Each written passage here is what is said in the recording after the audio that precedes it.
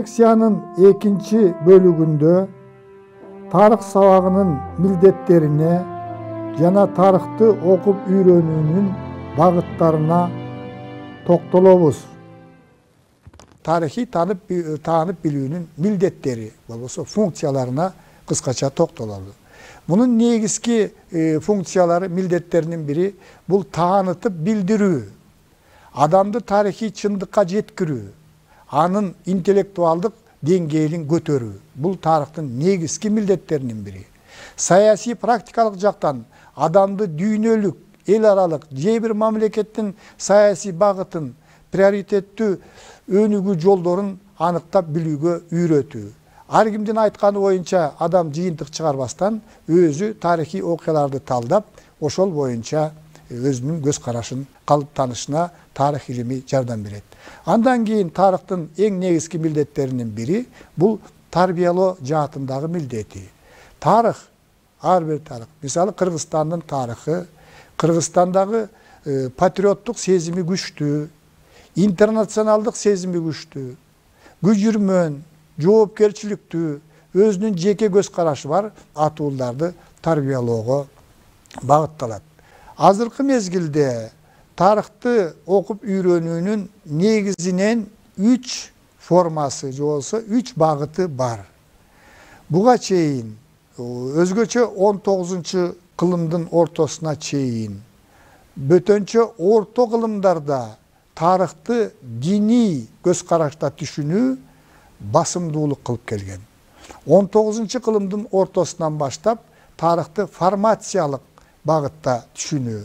Бул марксистик окуу, андан кийин Лениндин окуусу боюнча формацияларга бөлүп окутуу үстөмдүк кылган.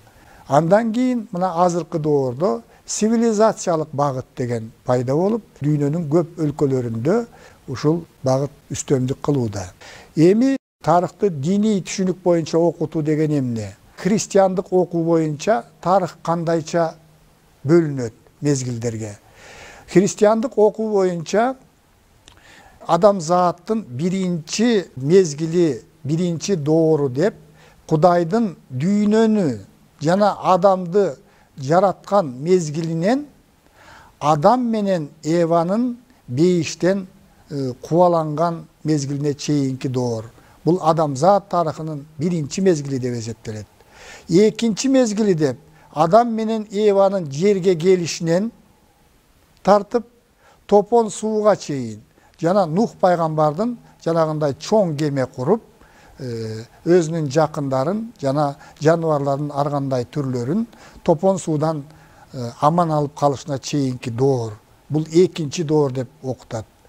Үчүнчү доор Нух пайгамбардын доорунан Иса пайгамбардын төрөлүшүнө чейинки доор. Бул кийинки доор катарында эсептелет. Ал эми Иса пайгамбардын төрөлүшүнөн акыр заманга чейинки доор бул адамзат тарыхынын акыркы доору деп эсептелет.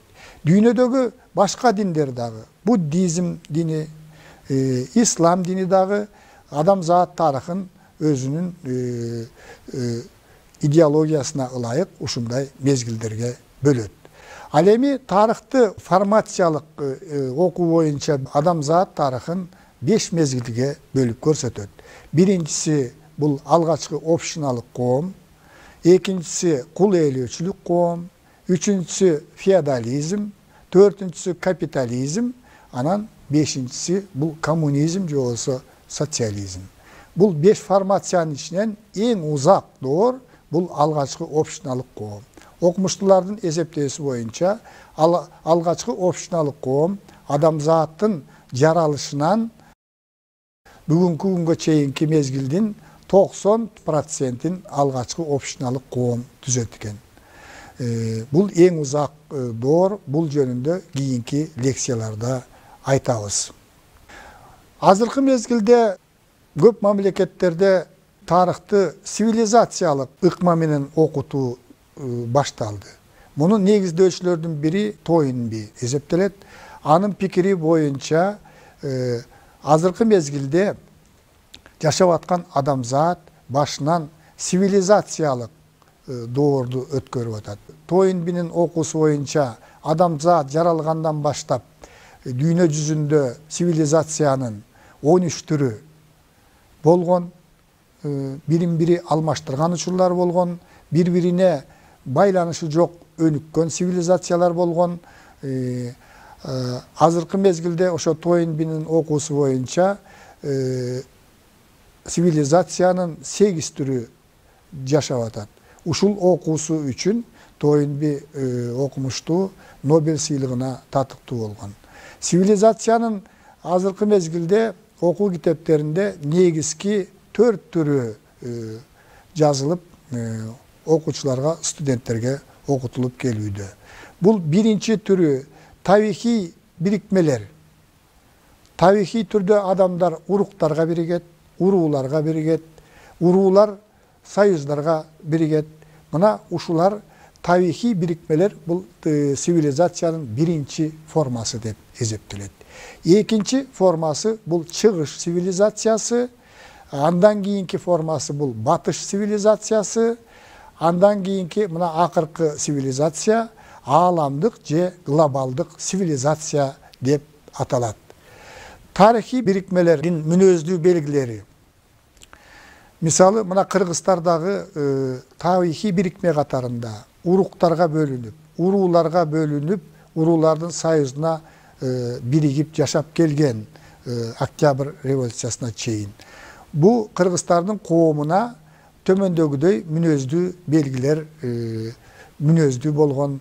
Биринчиси адамдардын жаратылыш менен шайкеш жашашы, жашоо жана жашоону улантуу үчүн курчап турган чөйрөгө ыңгайланышуу, адам менен жаратылыштын ортосундагы тең салмактуулукту сактоо, калыптанган салтты, адепти, коомдук эмгектин ыкмаларын сактоо, жамааттык, опшоналык, уруулук же болсо уруулук, туугандык аң сезимдин үстөмдүгү. Бул тарихи бирикмелер негизинен көпчүлүгү көчмөн жана жарым көчмөн турмушта жашашкан. Руханий чөйрөдө жаратылыштын күчтөрүн даңазалаган чыгармалар, уламыштар, мистикалык ойлор, мифология басымдуулук кылган. Андан кийинки чоң цивилизация бул чыгыш цивилизациясы. Чыгыш өлкөлөрүндө биздин заманга чейинки 3-миңжылдыкта байыркы чыгышта, байыркы Индияда, байыркы Кытайда пайда болгон цивилизация. Мунун мүнөздүү белгилери бул ичине тарихи бирикмелердин мүнөздүү белгилерине бир аз окшошуп кетет. Негизги мүнөздүү белгиси бул салттуулук, тактап айтканда жашоонун калыптанып калган түрлөрүн сактоого жана өркүндөтүүгө аракеттенүү. Жашоо турмуштун салыштырмалуу жайбаракат өнүгүшү. Андан кийинки белгиси жаратылыштын, диний ишенимдердин, каада салттардын талаптарына, эрежелерине моюн сунуу. Андан кийинки белги коомдук турмушта жеке кызыкчылыктан жамааттык кызыкчылыкты жогору коюу. Саясий турмушта бул мамлекеттик бийликтин тоталитардык деспоттук ыкмада жүргүзүлүшү, элдин ошондой тоталитардык деспоттук ыкмага моюн сунушу. Экономикалык чөйрөдө жамааттык жана мамлекеттик менчиктин үстөмдүгү адамдарды мажбурлап иштетүү жана башкаруу үстөмдүк кылат. Батыш цивилизациясына кандай мүнөздүү белгилер бар? Бул цивилизация Европада жана Түндүк Америкада калыптанган. Мүнөздүү белгилери коомдук турмушта салыштырмалуу тез өнүгүү, жаңычылдыкка умтулуу. Экинчи негизги белгиси адамдардын өзүмчүлдүккө, жеке жашоого умтулуусу. Андан кийинки белгиси жаңы нерселерди ойлоп табууга, илимий техникалык прогресске умтулуу. Коомдук турмуштун бардык тармактарында, саясатта, экономикада, социалдык жана маданий чөйрөдө демократиянын принциптерин орнотууга умтулуу. Эркиндиктин, теңдиктин, толеранттуулуктун идеалдарына жетишүүгө аракет кылуу. Азыркы мезгилде глобалдуу болбосо ааламдык цивилизация деген түшүнүк пайда болуп өнүгүүдө. Бул түшүнүк өткөн кылымдын орто ченинде пайда болгон. Fransızca global, жалпы дегенди түшүндүрөт. Латынча глобус, жер шары дегенди түшүндүрөт. Азыркы мезгилдеги ааламдашуу процессине дүйнөнүн бүтүндүгү, бирдиктүү цивилизациянын калыптанышы мүнөздүү болуп калды. Глобалдуу цивилизациянын калыптанышына өбөлгө болгон факторлор төмөнкүлөр. Биринчиден, коомдук турмуштун интернационалдык мүнөздө өнүгүшү. Экинчиден, адамзаттын социалдык, экономикалык, саясий, маданий жана башка байланыштардын жана мамилелердин бирдиктүү системасына кириши. Жер планетасында социалдык, экономикалык, маданий турмуштун, билимдин, диний ишенимдердин, баалуулуктар менен терс көнүштөрдүн бардык формаларынын жайылышы. Коомдук эмгектин, саясий институттардын, эл аралык уюмдардын, маалымат, транспорт каражаттарынын дүйнөлүк системасынын калыптанышы. Ар бир элдин коомдогу жетишкендиктеринин, маданиятынын, менталитетинин өзгөчөлүктөрүн сактоо аркылуу прогрессивдүү тажрыйбаларды өздөштүрүүгө багыт алуу. Экономикалык, саясий, социалдык жана маданий чөйрөдөгү көп түрдүүлүк менен бир типтүүлүккө умтулуунун күчөшү.